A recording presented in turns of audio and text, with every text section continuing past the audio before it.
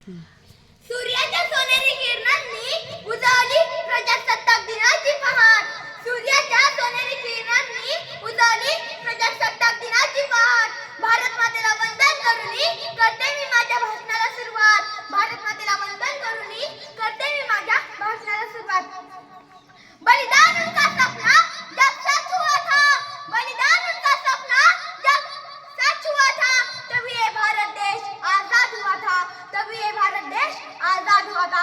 प्रणाम करो उन वीरों को, प्रणाम करो उन वीरों को जिनकी शहादत से ये भारत देश गणतंत्र हुआ था, जिनकी शहादत से ये भारत देश गणतंत्र हुआ था. नमस्कार, माझे नाव अक्षरा नारायण सरोदे, इयत्ता 7वी, जिल्हा परिषद केंद्रीय प्राथमिक शाळा वाली.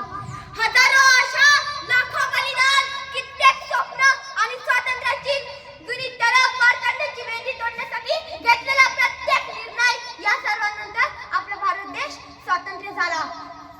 आपल्या भारत देशाची एक नवीन आणि वेगळी शासन व्यवस्था तयार झाली. आपला भारत देश प्रजासत्ताक देश बनला. आपला भारत देश वैज्ञानिक दृष्टीने एक विकसनशील देश आहे. विज्ञान, तंत्रज्ञान, कला क्षेत्रात उल्लेखनीय कामगिरी करत आहे.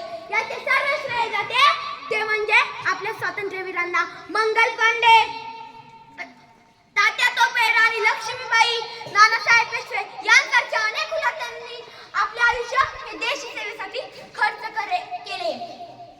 तसेच स्वातंत्र्यवीर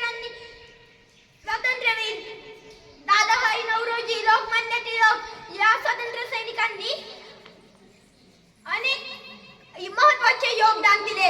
सावित्रीबाई फुले, महात्मा ज्योतिराव फुले, स्वामी विवेकानंद, महर्षी कर्वे, गोपाळ हरिकृष्ण देशमुख यांनी देश